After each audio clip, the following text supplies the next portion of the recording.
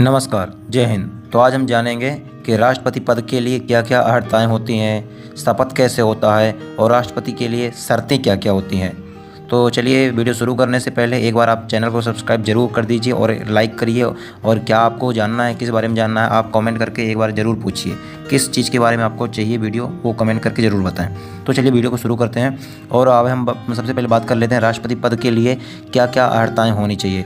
तो सबसे पहले राष्ट्रपति पद के चुनाव के लिए व्यक्ति को निम्नलिखित अर्हताओं को पूर्ण करना आवश्यक है।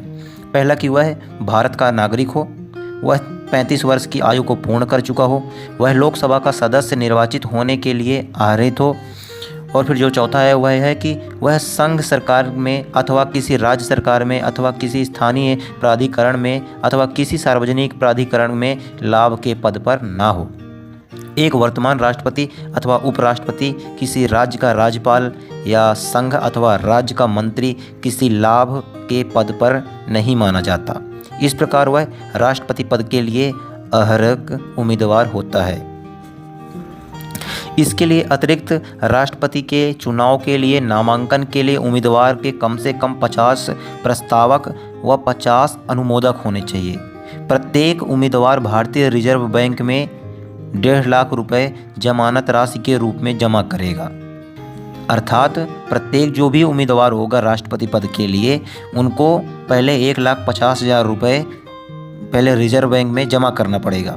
यदि उम्मीदवार कुल डाले गए मतों का 1.6 भाग अर्थात 1/6वां भाग प्राप्त करने में असमर्थ रहता है तो यह राशि जब्त हो जाती है। 1997 से पूर्व प्रस्तावकों व अनुमोदकों की संख्या 10-10 थी तथा जमानत की राशि 2500 रुपये मात्र थी, अर्थात 2,500 रुपये थी। लेकिन 1997 में इसे बढ़ा दिया गया ताकि उन उम्मीदवारों को हतोत्साहित किया जा सके जो गंभीरता से चुनाव नहीं लड़ते। अब हम जान लेते हैं राष्ट्रपति के द्वारा शपथ या प्रतिज्ञा क्या होती है, कैसे होती है।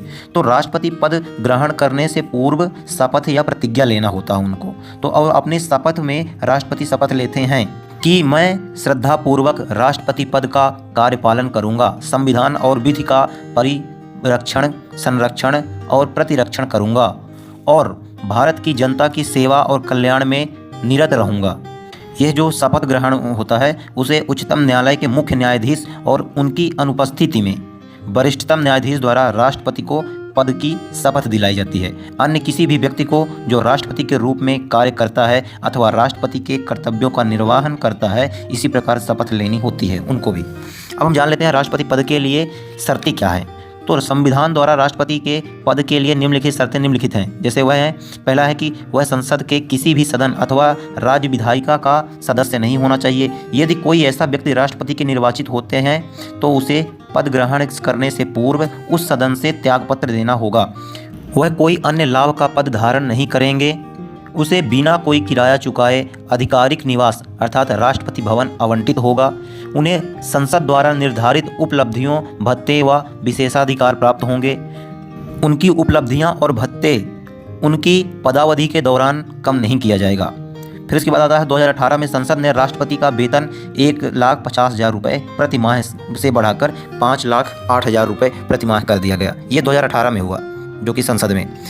इसके पहले वर्ष 2008 में राष्ट्रपति की पेंशन 3 लाख रुपए सालाने से बढ़ाकर उनके प्रति माह के वेतन का 50% कर दी गई थी।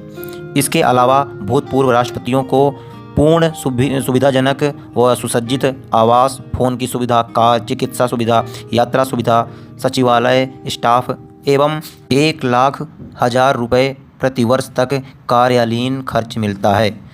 और राष्ट्रपति के निधन के बाद उनके पति पत्नी को पारिवारिक पेंशन मिलती है, जो कि राष्ट्रपति को मिलने वाली पेंशन से आधी होती है।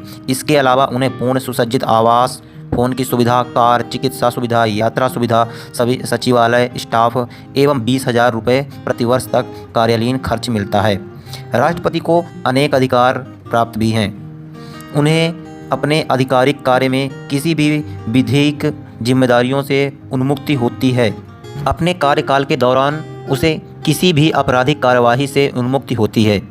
यहाँ तक कि व्यक्तिगत कृत्य से भी वह गिरफ्तार नहीं किए जा सकते, ना ही जेल भेजा जा सकता। हालांकि 2 महीने के नोटिस देने के बाद उनके कार्यालय में उस पर उनके निजी कृत्यों के लिए अभियोग चलाया जा सकता है।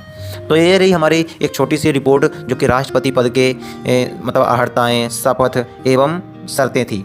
तो कैसी लगी आपको जानकारी? अगर अच्छी लगे तो प्लीज़ चैनल को फिर से सब्सक्राइब करिए, बेल आइकन दबाइए और हमारे चैनल को ऐसे ही प्रमोट करते रहिए। इसके साथ ही हम मिलते हैं एक और नई वीडियो के साथ। तब तक के लिए जय हिंद, थैंक यू, धन्यवाद।